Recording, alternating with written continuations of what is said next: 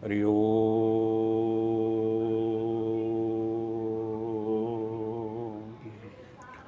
ओम गुरुर्ब्रह्मा गुरुर्विष्णु गुरुर्देव महेश्वरा गुरुर साक्षात् परब्रह्म तस्मै श्री गुरुवे नमः।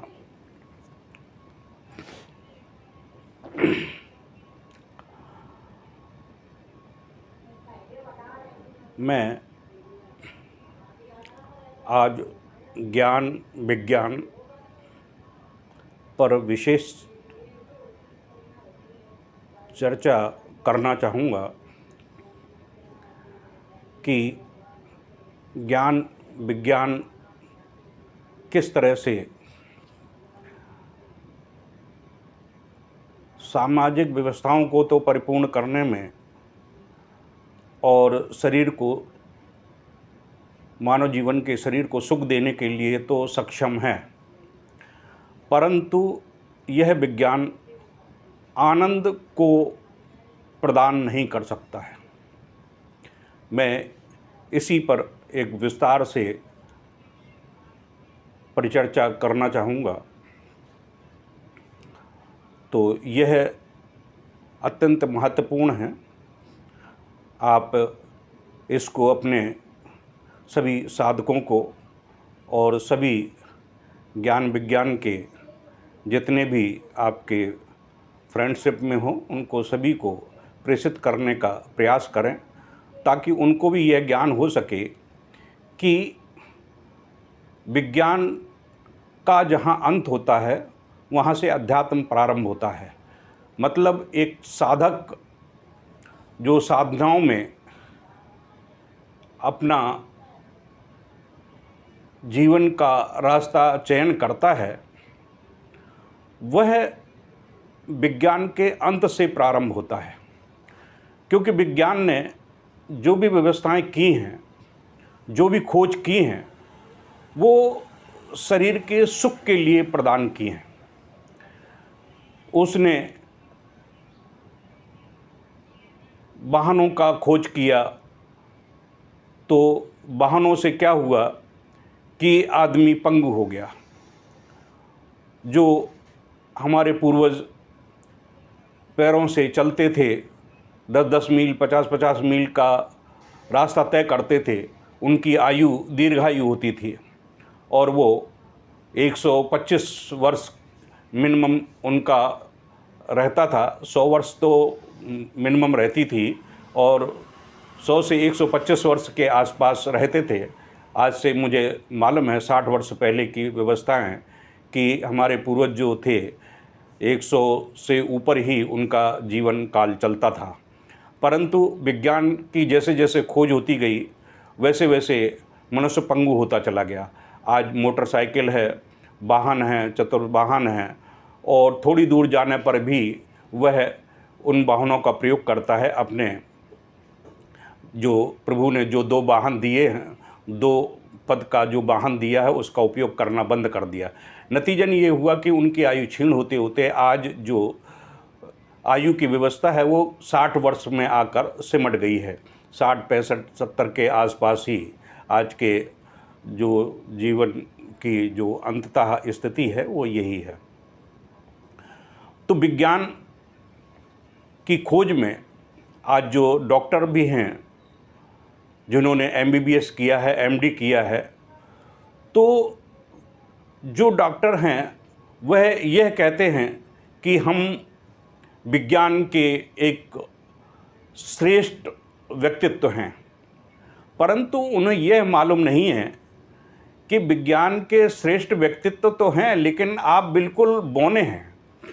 क्योंकि आपने केवल एक ही रोग को फिक्स किया। आप अगर आइज़ स्पेशलिस्ट हैं या ENT हैं या आप हार्ट स्पेशलिस्ट हैं या आप फिजिशियन हैं, तो आप एक रोग में फिक्स हो गए।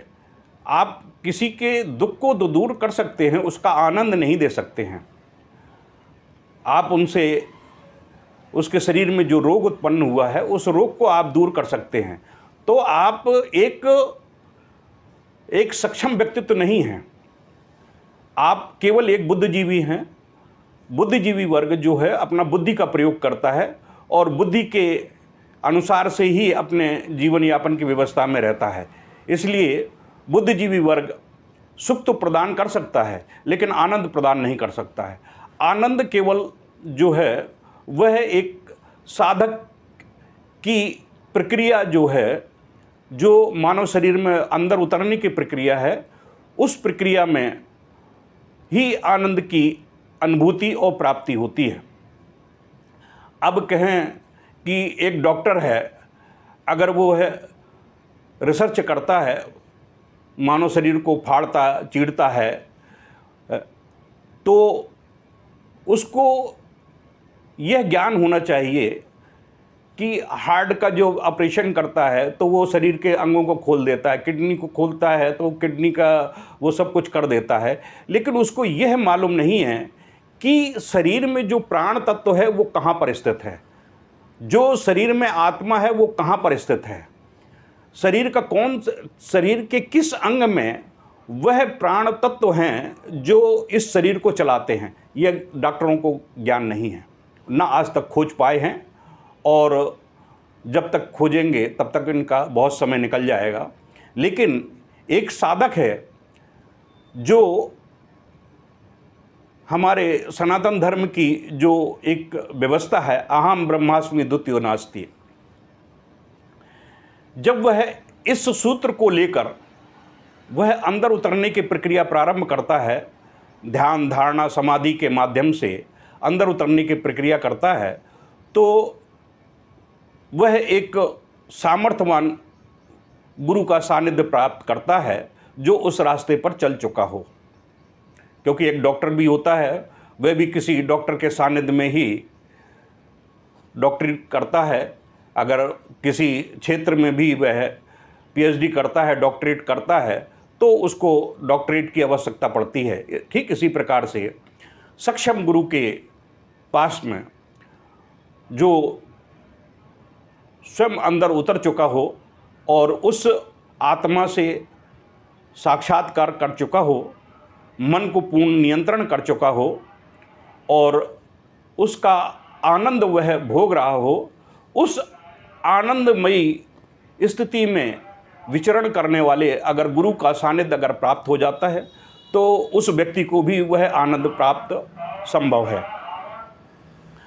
अब जिस प्रकार से बुद्धिजीवी वर्ग ये समझता है कि हमने जो खोज की है वही सही है, हम चंद्रमा पे पहुंच गए, हमने युद्ध के तमाम विनाशकारी यंत्रों की खोज कर दी, निर्माण कर लिया, तो ये सब विध्वंसक स्थिति नष्ट करने वाली स्थितियां हैं, सृष्टि करने वाली नहीं हैं। इससे दुख प्राप्त होता है, सुख प्राप्त नहीं होता है। इसलिए जो वैज्ञानिक हैं, जो भी बुद्धिजीवी वर्ग है, जो विज्ञान की ओर अग्रसर होता है, विज्ञान को सहारा लेकर आगे बढ़ता है, वह विनाश की ओर जाता है, वह दुख की ओर जाता है, सुख की ओर नहीं। सुख, शारीरिक सुख अनुभव करने के लिए वह प्रयत्नशील रहता है। जैसे कि घर में खोज कर लिया है, टीवी लग गया है, तो टीवी जब चलाते हैं तो थोड़ा सा सुख का अनुभव होता है कि टीवी देख लिया, मन को थोड़ा सा सुकून मिलता है। इसी प्रकार से वाहन का जब उपयोग करता है तो मन और शरीर को थोड़ा सुकून और शांति मिलती है, परंतु वह आनंद की स्थिति नहीं प्राप्त होती है जो उसके मन मस्तिष्क और उसके जीवन को पूर्णत्व की ओर ले जाए और उसको आनंदमय की स्थिति प्राप्त कराए। आनंदमय की स्थिति के लिए आदमी को, साधक को अंदर उतरना पड़ता है। मानव प्राणी को ऐसे गुरु की तलाश करना पड़ती है जो अपने आप में सक्षम हो, और वह सक्षमता गुरु के सानिध्य में ही प्राप्त होती है जो अपने आप में पूर्णत्व को लिए हुए हो। मैं विगत कई वीडियो में अपने साधकों को और प्रत्यक्ष रूप से साधकों को इस बात से अनुभव करा चुका हूँ कि साधक किस प्रकार से अपनी पूर्णत्व को प्राप्त कर सकता है, वह अपनी शरीर की कुंडली को किस प्रकार से उत्तेजित कर सकता है, उसे जगा सकता है और सभी चक्रों का भेदन करते हुए पूर्णत्व को प्राप्त कर सकता है। तो उन प्रक्रियाओं में सबसे पहले जो स्टेप आता है वह आता है मन की एकाग्रता। जब तक साधक की मन की एकाग्रता नहीं होगी तब तक वह ध्यान, धारणा, समाधि की ओर अग्रसर नहीं हो सकता है। इसलिए सबसे पहले मन को नियंत्रण करने की आवश्यकता होती है। मन में शून्यता की स्थिति प्राप्त होना चाहिए। जब मन में शून्यता की स्थिति प्राप्त होती है तो उसके विकार रहित हो जाता है, और वह जब मन की स्थिति शून्यवती स्थिति हो जाती है तो साधक अंदर उतरने में एक रास्ता अपने आप में प्रशस्त कर लेता है और अंदर उतरने की प्रक्रिया में सक्षम हो जाता है। अब कई साधकों का प्रश्न है कि जब मैं अंदर उतरने की प्रक्रिया करता हूँ, ध्यान बैठता हूँ, तो मन अन्यत्र कहीं भटकने लगता है, कई विचार आने लगते हैं, कई चिंतन आने लगते हैं और मन वहाँ चला जाता है और हमारा सूक्ष्म शरीर भी उसके साथ में आनंद लेने के लिए प्रवृत्त हो जाता है। तो मैं एक पुट दे देता हूँ, यहाँ पर छोटा सा एक प्रयोग बता देता हूँ कि मन को एकाग्र कैसे, वैसे तो इसकी बहुत सी विधियाँ हैं, लेकिन मैं सरलतम विधि आपको बता देता हूँ कि मन को कैसे एकाग्र किया जाए। आप एक पेन ले लीजिए या कलम ले लीजिए इस तरह से, और जैसे मेरे माथे पर बिंदी लगी हुई है तो जहाँ स्त्रियाँ बिंदी लगाती हैं, आप वहाँ पर एक बिंदी लगा लीजिए और पेंसिल को लीजिए और पेंसिल के बिल्कुल अग्रभाग में, ऊपर के भाग में आप इसको देखिए और दोनों नेत्रों को बिल्कुल उस बिंदु पर ले जाइए और धीरे धीरे धीरे धीरे धीरे धीरे उसको देखते हुए आप केवल उसी को देखिए और देखते हुए आप उस बिंदु पर इस पार ले जाइए और लेने के बाद में नेत्र बंद कर लीजिए और फिर उस बिंदु को देखने का प्रयास करिए। तो इससे क्या होगा कि आपके जो चर्म चक्षु हैं, चर्म चक्षु आपको विचलन देते हैं, तो वो विचलन अवस्था थोड़ी शांत होती है और अगर ये लगातार आप 10-15 बार करते हैं तो आप देखेंगे कि आपकी मन की एकाग्रता आपके आज्ञा चक्र पर स्थापित हो जाती है। और जब आज्ञा चक्र पर स्थापित हो जाती है उस समय आप अगर ध्यान की प्रक्रिया में जाएंगे, थोड़ा सा नीचे उतरेंगे, तो आपको एक शून्यवत स्थिति प्राप्त होगी। और इसकी परिपक्वता ये है कि जिस समय आप ध्यान प्रक्रिया में बैठें तो आपके मन में कोई विचार, चिंतन या कोई मंत्र जाप या कुछ नहीं होना चाहिए। आप ध्यान में बैठे रहें और अपनी सांसों को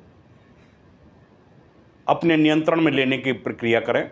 सांसों पर ध्यान को रखें, क्योंकि सांस में वायु है, वायु पर आप ध्यान रखें और जैसे ही आप धीरे धीरे धीरे धीरे उतरते जाएंगे तो आपको बाहर के जो शोर हैं, जो ध्वनियाँ हैं, वो आना कान में बंद हो जाएंगे। और जब आपकी ध्वनियाँ बाहर से आना बंद हो जाएं तो समझ लें कि हमारा एक प्रथम चरण पूर्ण हो गया। और जब आपकी बाहर की ध्वनियाँ ख़त्म होंगी तो आपको एक मीठी सी ध्वनि कोई कान में उच्चरित होगी। कई साधक जिनको ज्ञान नहीं है मेरे से प्रश्न करते हैं कि गुरुदेव मेरे कान में कोई वीणा की आवाज़ आती है, कोई ओम की आवाज़ आती है, कोई गुनगुनाहट की आवाज़ आती है, किसी प्रकार से जैसे भौरा गुंजन कर रहा है उस प्रकार से आवाज़ आती है, तो ये क्या है? तो उन्होंने कुंडलिनी का विशेष ज्ञान प्राप्त नहीं कर रखा है और उनको ऐसे गुरु का सानिध्य भी नहीं प्राप्त हो पाया जिसके माध्यम से वह जान सकें। तो उसकी प्रक्रिया ये है कि जैसे ही आप शांत भाव से बैठकर और बाहर की ध्वनियाँ समाप्त होती हैं तो आपके कानों में एक गुंजन की अवस्था प्राप्त होती है और वह जैसे भौरा गुंजन करता है, वह भौरे की गुंजन की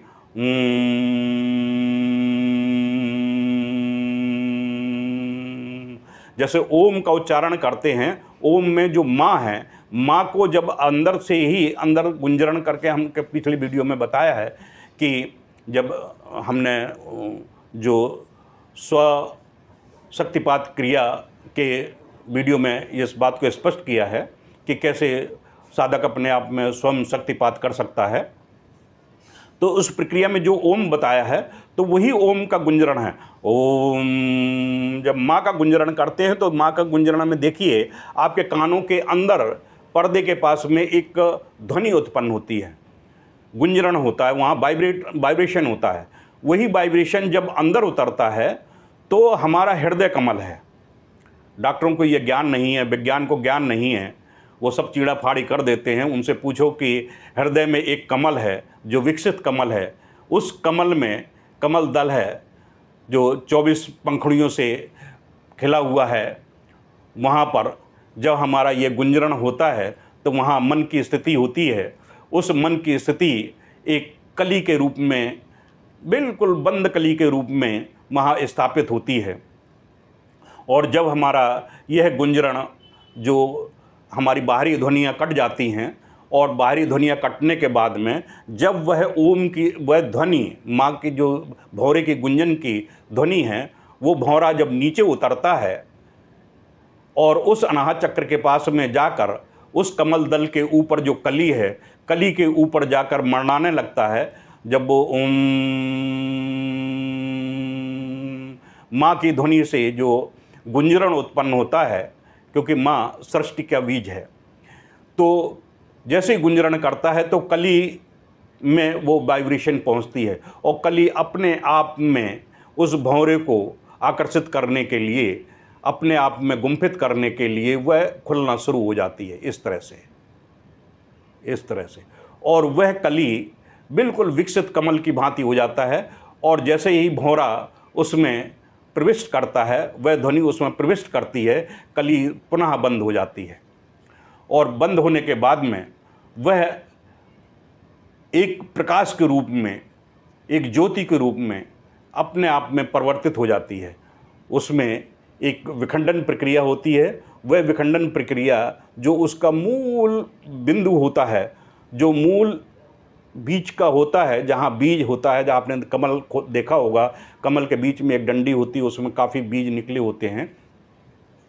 तो वह वहाँ से वह ज्योति के रूप में प्रकट होता है और वह ज्योति से जो प्रकाश निकलता है वह सीधे अनाहत चक्र, विशुद्ध चक्र से होता हुआ आज्ञा चक्र में आकर केंद्रित हो जाता है। और जैसे ही आज्ञा चक्र में वह केंद्रित होता है, जैसे मैंने जो प्रयोग बताया अभी मन को एकाग्र करने का, तो वह आज्ञा चक्र में जैसे ही देखता है तो उसे एक सफ़ेद बिंदु दिखाई देता है, फिर पीला बिंदु दिखाई देता है, फिर और प्रयास करता है तो उसे लाल बिंदु दिखाई देता है, फिर उसे सप्तरंग का दिखाई देता है और सप्तरंग के बाद में फिर वह नीले बिंदु के रूप में परिवर्तित हो जाता है। जब नीले बिंदु में परिवर्तित हो जाता है तो हमारे ब्रह्म का जो स्वरूप है वह नीलाश्म है। इसलिए राम और विष्णु का जो शरीर भी है वो नीलाश्मी है। तो वह जो नील बिंदु है वह इतना तेजस्वान होता है कि हमारे शरीर में उसकी जो ओजस्ता है वह पूरी जाती है। तो वह यह देखता है कि हमारे शरीर की जो ओरा है वह धवल रूप में, यानी सफ़ेद रूप में परिवर्तित हो गई और उसके चारों ओर एक आभा चक्र हो जाता है। जैसे आपने देवी देवताओं को देखा होगा, उनके सर के पीछे की ओर एक सफ़ेद रंग का चक्र होता है, आभा चक्र होता है। और जो विशिष्ट देवत्व से पूर्णत्व लिए हुए जो साधक होते हैं, जो गुरु होते हैं, उनके मस्तक के पीछे, सर के पीछे भी एक, सही ढंग से देखें तो एक ओरा नज़र आता है। तो यह जब शरीर का ओरा बढ़ जाता है तो यह ओरा इतना तीव्र होता है कि उसको अभेदन क्रिया प्रारंभ हो जाती है। यानी कि अभेदन क्रिया का मतलब वह अपनी शक्ति को अपने अंदर ही समाहित करते हुए पूर्णत्व की ओर अग्रसर होना शुरू हो जाता है। और यह केवल गुरु के माध्यम से ही प्राप्त होता है। जो मेरे शिष्य हैं, मैं तटस्थ रूप से उन पर निगाह रखता हूँ और उनसे संपर्क में रहता हूँ और उनको कुंडली के लिए अग्रसित करते हुए, जिन्होंने 1.25 लाख मंत्र, गुरु मंत्र जाप कर लिए, सांभवी दीक्षा देकर उनको कुंडली से संबंधित उनको पूर्ण ज्ञान मिल जाता है। अब ये अलग बात है कि उनकी बुद्धि विवेक और उनकी तर्क शक्ति और उनका गुरु के प्रति एक भाव किस प्रकार से है, ये उन पर निर्भर करता है। जो पूर्ण समर्पित होकर गुरु को अपने अंगीभूत करते हैं, उनको मेरी कृपा पूर्ण प्राप्त हो रही है और वो अग्रसारित हो रहे हैं और पूर्णत्व की ओर अग्रसर हो रहे हैं। तो जैसे ही साधक वहाँ पर उस दिव्य ज्योति के दर्शन करता हुआ आता है, तो वहाँ से जो वह बिंदु है वह आनंद की अनुभूति कराता है। उसके शरीर से रोगों का क्षय हो जाता है, उसकी इच्छित मनोकामनाएं पूर्ण होना शुरू हो जाती हैं और वह पूर्ण अपने इष्ट, अपने कुल देवता, अपने इष्ट देवता और अपने गुरु का पूर्ण आशीर्वाद भी प्राप्त कर लेता है। यदि गुरु को अपने अंदर समाहित करता है, तो यही प्रक्रिया के अंत में साधक जब गुरु को अपने अंदर समाहित करने की प्रक्रिया करता है, तो अपने चारों ओर एक आभा चक्र को प्रकट कर लेता है। वह आभा चक्र इस प्रकार का होता है कि वर्तुलाकार होता है।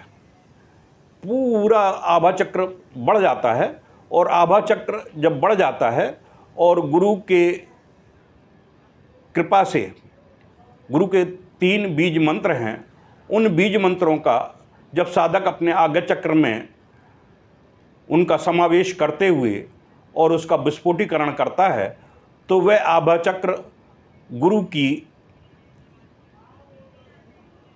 परिकल्पना करते हुए वह गुरु रक्षा कवच के रूप में उसके चारों ओर प्रकट हो जाता है। जब गुरु रक्षा कवच उसके चारों ओर प्रकट हो जाता है, तो ब्रह्मांड की कोई भी शक्ति उसको भेद नहीं पाती है। वह निष्कंटक रूप से साधना करने में पूर्ण सक्षम हो जाता है। उस पर तंत्र मंत्र, टोना टोटका या अन्य किसी प्रकार का कोई प्रभाव पड़ता ही नहीं है। और वह जब महाविद्याएं सिद्ध करता है, तो महाविद्या उसको बहुत आसानी से सिद्ध हो जाती हैं और पूर्णत्व की ओर अग्रसर हो जाता है। तो साधक जो भी इन प्रक्रियाओं को करते हैं, इन प्रैक्टिकल को करें और जो ध्यान धारणा समाधि को थोड़ा अपने शरीर में फिजिबिलिटी लेते हुए कर रहे हैं, तो जिन साधकों को मैंने दीक्षा दे रखी है और वो साधना में अग्रसर हैं, वह गुरु के उन बीज मंत्रों को मेरे से व्हाट्सएप के माध्यम से प्राप्त कर लें, तो मैं उनको वह मंत्र प्रदान कर दूंगा। क्योंकि नंगी तलवार किसी के हाथ में नहीं दी जा सकती है। अगर नंगी तलवार अगर किसी के हाथ में दे दी, तो वह स्वयं अपना भी हाथ पैर काटेगा और समाज के भी हाथ पैर काटेगा। इसलिए नुकसान की स्थिति ज़्यादा रहती है। इसलिए मेरे सानिध्य में जो साधना कर रहे हैं साधक, मैं उनको ही व्यक्तिगत रूप से प्रदान करूँगा। तो आप जो भी शांभवी दीक्षा प्राप्त कर सके हैं, उनको तो यह मंत्र प्राप्त कर ही लेना चाहिए और प्राप्त करके अपनी कुंडलिनी का जो आनंदमय स्थिति है वो प्राप्त कर लेनी चाहिए। गुरु के विशिष्ट बीज मंत्र हैं, उनका अगर करते हुए अपने शरीर का आभा चक्र को बढ़ाता है, तो उसको गुरु रक्षा कवच अपने आप में प्रकट होकर उसकी रक्षा सुरक्षा करता है। कभी भी कहीं भी किसी जगह भी वह उसका उपयोग कर सकता है। इस वीडियो में इतना ही। आप सभी को मेरा शुभ आशीष आशीर्वाद। आप साधना क्षेत्र पर अग्रसर हों और दूसरों को भी सनातन धर्म से जोड़ने की प्रक्रिया करें। जो इस अद्भुत ज्ञान को प्राप्त करना चाहते हैं, उनको अवश्य शेयर करें। क्योंकि वर्तमान समय में सनातन धर्म को बदनाम करने की प्रक्रियाएं बहुत चल रही हैं। वह जो छोटी मोटी साधनाएं संपन्न कर लेते हैं, वह दरबार लगाना शुरू कर दिया, धर्म के नाम पर बवंडर मचाना शुरू कर दिया। और जो सही लोग हैं उन पर यह जो वैज्ञानिक हैं, डॉक्टर हैं, मनोवैज्ञानिक हैं, साइकोलॉजिस्ट हैं, या और भी जो मनोचिकित्सक हैं, वह इन साधकों की साधनाओं को तो जानते नहीं हैं, शरीर के किस प्रकार से आनंद को प्राप्त करते हैं वह जानते नहीं हैं। वह एक बुद्धिजीवी है, बुद्धि का ही प्रयोग करते हैं और बुद्धि विनाश की ओर ले जाती है। वह बुद्धि सुख तो प्रदान कर सकती है, आनंद नहीं प्रदान कर सकती है। इसलिए साधक को यह ध्यान होना चाहिए कि अगर आपको कुछ प्रक्रियाएं हासिल हो जाती हैं तो आप उसे चमत्कार रूप में प्रदर्शित करने का प्रयास न करें। यह व्यक्तिगत एक धन संपत्ति है, स्पिरिचुअल आपका अकाउंट है। इस स्पिरिचुअल अकाउंट में जितना भी आप सेव कर पाएंगे वह आत्मा के साथ मिलकर जब ये शरीर छूट जाएगा तो जन्म जन्मांतर तक जितने भी शरीर आप धारण करेंगे उनमें यह आपका साथ देती रहेगी, क्योंकि यह एक ऐसी प्रक्रिया है जो अत्यंत ही सुखदायी और गोपनीय है।